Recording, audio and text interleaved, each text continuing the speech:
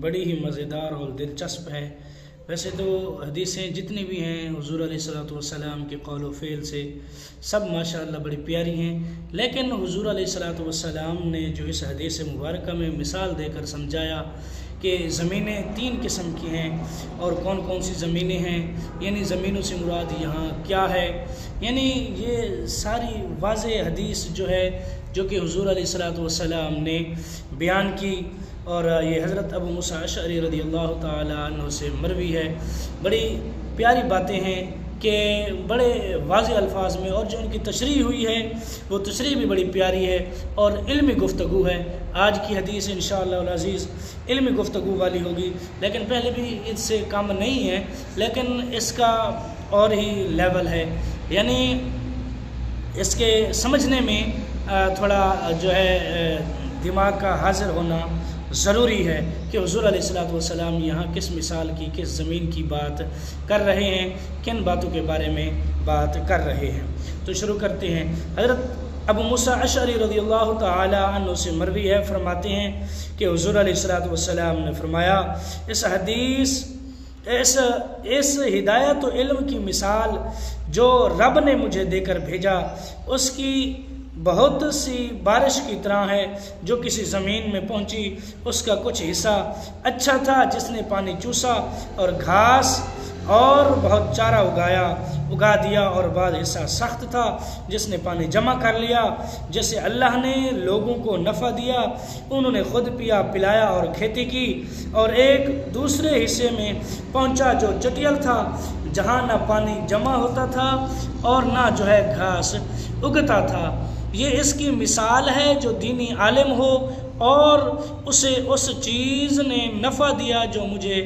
رب نے دے کر بھیجا، اس نے سیکھا اور سکھایا، اور اس کی مثال ہے جس نے اس پر سر نہ اٹھایا اور اللہ کی وہ ہدایت قبول نہ کی جو مجھے دے کر بھیجا گیا۔ اب بات ہے سمجھنے کی، یعنی ہدایت کی اور علم کی، اور یہ جو زمینیں ہیں اس زمین کے بارے میں اور علماء کے بارے میں، یہ سب اب سمجھنے کی بات ہے کہ اس کی تشریح میں یہ فرمایا گیا ہے کہ اس سے اشارتاً معلوم ہوا کہ علم اور ہدایت ایک نہیں، علم کبھی علم ہوتا ہے، ہدایت نہیں ہوتی، جیسے اس امت کے بے دین علماء کبھی ہدایت نصیب ہو جاتی ہے اور بہت سا علم نہیں ہوتا، یعنی ہدایت اور علم ایک چیز نہیں ہے، یہ دونوں الگ الگ چیزیں ہوتی ہیں، اور یہ دونوں چیزیں ہر کسی میں ایک ساتھ نہیں ہوتی، کوئی چند ایک ایسے ہوتے ہیں جن میں یہ ہدایت اور علم ایک ساتھ موجود ہوتے ہیں۔ پھر فرمایا جیسے وہ عوام میں جو بے علم ہیں مگر ایماندار ہیں، یعنی علم جن میں نہیں ہے وہ ایماندار ہیں، یعنی ان میں سب کے بارے میں نہیں کہا گیا، جو ایماندار ہیں ان کے بارے میں کہا گیا ہے۔ کبھی علم اور ہدایت دونوں جمع ہو جاتے ہیں جیسے علماء دین میں، یعنی یہ اکثر زیادہ تر وہاں جمع ہوتے ہیں جہاں یعنی علم ہو، یعنی جیسے عالم دین ہو، علماء کرام کے سینے میں یہ دونوں جمع ہو جاتے ہیں۔ ہدایت علم سے افضل ہے، اس لیے